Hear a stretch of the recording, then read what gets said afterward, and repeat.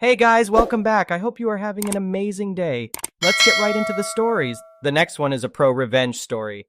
This went down just last week, and I'm finally in a good place to share what happened. Not sure if it qualifies as a true pro move, but it definitely wasn't petty either. I'm a long-haul trucker, and on the roads across the country, there are truck stops with a pay-to-park system. Usually, around 10-20% of the spaces are marked as reserved, and each spot costs anywhere from $15 to $25. The truck stop where this all went down had reserved parking for $17, which is pretty cheap for a guaranteed spot. The reserved spots are good for 24 hours, from 4 p.m. one day until 3 p.m. the next afternoon. I knew I had a late delivery that night, so I arrived at the truck stop around 3:30 p.m. and paid for a reserved spot. I let the manager, let's call her Sarah, know that I had a delivery later that night but would be back to clear out the spot by the next day's deadline. Sarah said that was fine and that she'd marked the spot as sold, so if anyone else tried to reserve it, she could deny them based on her notes. At 11:15 p.m., I headed out for my delivery run. I didn't get back to the facility until 2:30 a.m. the following morning. Exhausted, I drove back to the truck stop to reclaim my paid spot, only to find that all the reserved spaces were occupied. I called the overnight manager, we'll call him Mike, and after giving him my info, I let him know that someone was parked illegally in a reserved spot without paying. Mike sent his colleague out to start checking trucks. The culprit turned out to be a company driver from Hallco, one of those big firms with the bright orange trailers. The colleague started banging on the driver's door, telling him he was parked illegally and needed to move his rig. From my vantage point at the fuel island where I'd been told to park temporarily, I could see the whole commotion unfold in my side mirror. The Hallco driver answered the door, beer bottle in one hand, and what looked like a joint in the other, trying to be discreet here for the mods. The colleague informed him that he'd have to move or get towed and have the cops called. Well, this driver was furious that someone dared tell him where he could and couldn't park. He slammed the door in the colleague's face, threatening him. The colleague called the police and a tow truck, and the cops arrived first. Now I used to work for Hallco, so I know their policies inside and out. Alcohol in the cab, big no-no. Anything other than cigarettes or cigars? Also forbidden. A firearm of any kind, especially loaded? Absolutely against the rules. This guy had all of that contraband and more stashed in his truck. The cops hauled him away in cuffs, and his rig got towed to the impound lot. Once the dust settled, I gave Hallco's safety director a call to let her know what had happened with their driver and where his truck would be. She thanked me and said the guy would definitely lose his job over the alcohol, drugs, and firearms violations. Sounds like he played a stupid game and won a stupid prize. The loss of his entire trucking career. The first one is an entitled people story. My neighbor Karen was the president of our homeowners association. She was always sticking her nose where it didn't belong and trying to control what people did with their property. One day I decided to build a shed in my backyard. I got the proper permits from the city and made sure I wasn't violating any ordinances. As soon as Karen saw the construction starting, she came marching over. "You can't build that ugly thing," she shrieked. "It violates our homeowner association rules about outbuildings." I calmly explained that I had verified with the city that the shed was allowed. Karen wouldn't hear it. "Take it down right now or I'll have you fined," she yelled. I refused, so Karen sent me a formal letter saying I'd be fined $50 a day until the shed was removed. That's when I called my lawyer. He reviewed the homeowner association bylaws and found that they only restricted sheds in the front and side yards, not the backyard. We met with Karen and the other homeowner association board members. My lawyer pointed out that their rules didn't apply to my backyard shed. Karen's face turned red with anger. "How dare you?" she snapped. "I decide what rules apply in this neighborhood." My lawyer sternly informed her that she couldn't make up arbitrary rules. Since their bylaws didn't prohibit backyard sheds, the homeowner association had no authority to force me to remove mine. Karen refused to back down. "That ugly shed is destroying our property values," she declared. "I'll see you in court." My lawyer calmly replied, "That won't be necessary. My client legally owns this land and has every right to build on it. If you waste time and money on frivolous lawsuits, we will seek damages from the homeowner association." Karen glared at him and stomped off. She knew she didn't have a leg to stand on. Thanks to my lawyer's ruthless lesson, the homeowner association finally left me alone about my shed. It felt great finally owning my land free of Karen's control freak interference. The next one is a petty revenge story. Finally, I have something to contribute. So next week will be a major eclipse in the US. I booked a hotel almost a year ago with a free stay perk night in a good hotel in the path of totality. I don't think the booking algorithms had accounted for the eclipse at the time. Fast forward to today, where you can't find a room nearby for less than a king's ransom, and everything is booked to the max. As it turns out, my plans have changed, and I went to cancel the room. But their cancellation policy is that I'm too late to cancel 1 week out without being charged a small fee. Called the hotel directly to explain that if they won't charge me the cancellation fee, I'm happy to cancel my reservation, and they can certainly make 5x the normal rate for this once-in-a-lifetime event on the room. Turns out their policy is their policy, and they can't waive the cancellation charge. Fine by me. I'll keep the free night reservation and won't cancel after all. But boy, that will be a wasted opportunity for them. I like to think that because of my pettiness in not canceling after all, at least the hotel staff won't have one more room to service, and greedy corporate isn't going to be able to fleece someone with my empty room over the eclipse. The next one is a malicious compliance story. A bit of a backstory. I divorced my ex a little over 9 years ago after 14 years of marriage. I won't go into the specifics as to why, but suffice it to say he was a lying, cheating jerk. Early on during the marriage, I tended to not be all that assertive until I finally had my fill and grew a backbone. He hated that. He did not like hearing the word no from me or in doing things my own way. So fast forward to a month after we were officially divorced. He was in his new place and I was in my house, formerly the house we shared, with our sons, but he still had a ton of his stuff there. Stuff I didn't want even though I paid for a lot of it, but stuff I knew he really wanted. He finally reached out and demanded, not asked, demanded I send him his stuff, just toss it all in boxes and send it over to him. His exact words. Mind you, he was only about 10 miles away from me at that point, and could have easily come over to do it himself. He didn't want to do that because he'd have to see me. Something he was actively trying not to do. Cue the MC. Now, a lot of what he had were collectibles. No details, but some of it was fairly expensive and fragile. So I did as he asked. Correction demanded. I tossed it all into numerous boxes. Now, some of the truly expensive items I did take great care in packing them, only because I knew my sons would probably eventually want them.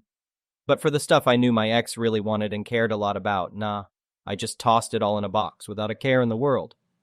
Now, I did inspect everything, and while I just dumped them in boxes, nothing was damaged by me. I also took pictures of it to prove it, so once I closed them all up, I told him to either to get his ass over to pick it up or get someone to do it for him.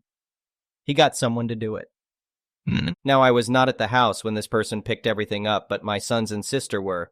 They did not know how everything was packed.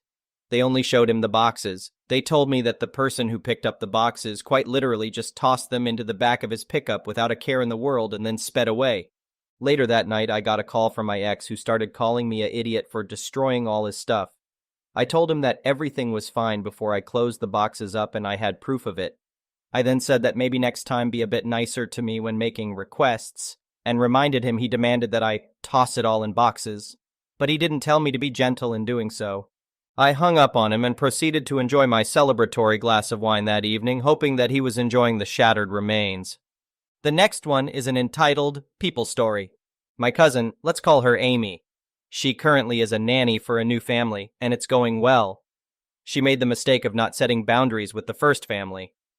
When she was hired for the first job, she was told the family takes a vacation every year to the beach in Disney World, Florida, and how beautiful it is and how lucky she will be to be able to go. My cousin said her idea of a vacation would be to go skiing, noting the fact her idea for vacation is not theirs. So in August, the parents were beside themselves because Amy had not committed to going on vacation with them. The father said to her via email something along the lines of she should feel honored to be able to get a free trip to Disney World and how expensive it is she'll never be able to afford to go on her own, as if she wanted to go in first place. Here is the problem the family don't seem to understand. This is your vacation, not your nanny's. This family has 4 kids, ages 3, 6, 8, 12, and she works her ass off when she has them. My cousin said she was having panic attacks thinking about trying to keep 4 kids safe at Disney World because the parents are useless when she is around. Safer times when the mother will want her to go to family outings, and the agreement is they work as a team. The family tried throwing in her face her airfare and travel would be paid for, so she would be expected to take a pay cut. There is no much more to this story, but I am so proud of my cousin for refusing to go and letting the family know this is a vacation for them, not her. Families who can afford a traveling nanny, let alone a nanny, is considered a luxury to most. You need that nanny go on vacation with you more than that nanny wants to go. So what is, God forbid, the nanny may end up enjoying herself one night? You should want your nanny to enjoy herself even if one night, so she will go next year. And stop with the culty "your family" that only leads to manipulation. Your nanny is your nanny. The next one is an entitled parents story. I just gave birth to our second kid a week ago. The past week has been rough. Baby blues, bleeding nonstop down there from the dinner plate-sized wound in my uterus, feeling of uncertainty, not sleeping enough, compounded with the fact that my newborn cried for 2 nights in a row when we first brought her home. I would get up and weep for a good half hour before starting my day. To say I was a hot mess would be an understatement. Things improved a little the past couple of days. I was able to get about 4 hours of shut-eye each night. I thought my baby blues were getting better, but I would still get overly emotional thinking about random things like not being able to spend more time with my older kid and feeling like an incompetent mom in general. My parents are in town to help us out, essentially playing postpartum nanny to me and helping with the kids if needed. They arrived 2 weeks ago and haven't really needed to deal with the kids too much since my husband is home on paternity leave, and my older kid goes to preschool during the week. My parents' main role so far has been to cook me postpartum food, making sure everyone is fed, and helping my older kid get ready for school in the morning if my husband is too busy. My husband tried to educate my parents about baby blues and postpartum depression and told them specifically that I am currently in a very vulnerable state. My parents, however, seem to have brushed it off because, in their words, they have never known anyone who suffered from it. Even when I tried to talk to them and got teary-eyed from my emotions, they were disappointingly dismissive and basically told me to stop feeling sorry for myself. This morning as I was having breakfast, my husband set my newborn down for a nap in the living room bassinet. She was drowsy but about to doze off. My dad came over and stared and made funny noises at her, which woke her up more. I got impatient and told him to stop stimulating her since it's time for a nap. My tone might have been a bit harsh, but I was not scolding him. It's purely out of impatience. My mom overheard me and immediately yelled at my dad to get up and go back to their room. Right away I can feel that she's mad at me for what I said to my dad. Knowing her, whatever she yelled at him was really her passively telling me off. After that incident, she went ahead and gave me the worst attitude, slamming doors, ignoring me when I tried to talk to them, etc. I had an opportunity to talk to my dad and asked him what's going on. He said my mom is mad that I talked to him in such a harsh tone. That was when the floodgates opened and I started crying. I told him I have more than enough on my plate right now, and I don't understand why I have to appease my mom too. It's like having to take care of another child. I did not mean anything bad when I told my dad to shush so the baby can sleep, but my mom's interpretation took it to a whole other level. That on top of my already messed up hormones sent me into uncontrollable wailing. My husband saw what was happening and flew into a rage, demanding that my mom stop whatever passive crap she's throwing at me. My mom's response is to become hysterical herself and yelling that she did not say anything to offend me and that I have been incredibly rude to her and my dad since I came home from the hospital. She even called me a liar for supposedly feeding falsehood to my husband that paints them as the bad guys. My husband said he does not care what her defense is, but making a 1-week postpartum mom cry is not acceptable. He told me to go to my room to be away from the negativity. While I was leaving, my mom continued to hurl insults at me, saying things like, "You reserve all your good temper for everyone else and give your parents the crappy end. And you are a mom yourself. How can you behave like this?" My husband was caught between arguing with her and trying to get my older kid away from her grandma's temper tantrum. In his words, my mom was acting like a total brat in front of our toddler, and that was unforgivable. Anyhow, my husband is bringing my older kid to his mom's house to get away from the bad juju. I am seeking refuge in my own bedroom with the newborn. I'm too exhausted to deal with my mom's baddiness. Essentially, I'm a prisoner in my own home for the moment, all while trying to recover from childbirth. The next one is an entitled parents story. I, 43F, and my husband, 45M, live on a rural 4-acre mini farm. We're both professionals and child-free by choice. I'm not a big fan of small children. I'm never sure how to react to them. I may be a bit on the spectrum. And I find their loudness and restlessness extremely irritating and off-putting. My personal space is very important to me, and I consider my mini farm with all my lovely pets a sanctuary of sorts. I foot all the bills for the animals and do pretty much all of the caretaking. We have horses, goats, chickens, cats, and dogs. While my husband enjoys the occasional romp with his nephews, he has no desire to parent anyone, and he generally just tolerates all of my pets. Anything that distracts him from his primary hobbies of video games and D&D is off the table. We needed some professional handyman help, as our house is quite old and we don't have enough time in the day to get all the little maintenance projects done and maintain our careers. One of my husband's employees volunteered her boyfriend as his side hustle as handyman work. We arranged a date and time for him to come out and quote us some work. She mentioned to my husband that he may need to bring his child along. When my husband mentioned this, I asked him how old the child was and if the child could be expected to behave since our home is not exactly childproof. If you touch our walls the wrong way, you can get bad splinters since it's all reclaimed wood. I've done it several times and it sucks bad.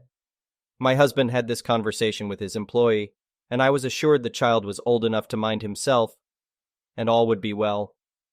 The night of the quote date, I was informed that my husband's employee would be coming along with her boyfriend to mind the child. I was quite confused because why wouldn't she just mind the child at their home and let her boyfriend come alone?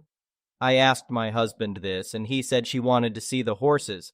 I asked him if he had actually invited her to come over, and he said no. She just basically announced she was coming. I told him she was rude and presumptuous. But whatever, let's just get it over with. They show up. There's not one child. There are two. She brought her kid as well, which I'm only just finding out about as the child rockets his high-energy ADHD 3-year-old self out of the van and proceeds to start noisily chasing my free-range chickens all over the front driveway. And her boyfriend brings his teenage brother as well as his 5-year-old, who proceeds to crawl all over my barn and rob me of all my free-range chicken eggs as the 3-year-old propels himself around the barnyard screaming his head off, stripping off shoes and socks, bouncing off hay bales, and trying to chase all my goats down. This woman proceeds to pretty much ignore me as she sticks her hands and face all over my two lovely but very sensitive rescue horses. One is an ex-racehorse and the other was from an abusive home she was forcibly removed from. And talking at me the whole time about how awesome her friend's therapy horses are, and pausing only to scream at her out-of-control child that she is alternately ignoring and somewhat attempting to discipline as he climbs my fencing, and gets my friendly goats riled up to the point where they want to play headbutt with him, which would be super bad for him. One of my friendliest goats, who is definitely ready for playtime after all the excitement, walks over to the egg-thieving 5-year-old who was kinda just minding his own business, and proceeds to headbutt him in the chest. Goat was playing, but the kid was tiny, and the kid goes flying. The kid bursts into instant scared tears. He wasn't really hurt, it just scared him. And I'm left trying to figure out how to comfort this little stranger that I've only just met 5 minutes ago. Super awkward for me. I'm not good at it. The woman that inflicted herself upon me is too busy chasing down and screaming at her demon spawn to be watching both kids, and at this point I'm just completely bewildered and ready for this whole ordeal to be over. After the headbutt, I close up the barn and kick them out. The 3-year-old is just running around my yard like a little tornado, screaming his little head off, and the 5-year-old keeps coming up with broken chicken eggs in his pockets from when the goat knocked him over, probably. The whole thing was a goddamn 3-ring circus that I did not sign up for, and I'm still kinda salty about it even 3 days later. For the love of God, woman, if you're going to impose yourself on others uninvited, at least have the decency to get your kid in line first. Talk about entitled. Also, maybe go see your friend with the therapy horses and leave me and my farm out of it. Also, it's my house too, and I wanted to talk about the work being quoted, not play nanny tour guide. I don't run a petting zoo. Thank you for watching. I would really appreciate it if you could like the video and subscribe to our channel if you haven't already.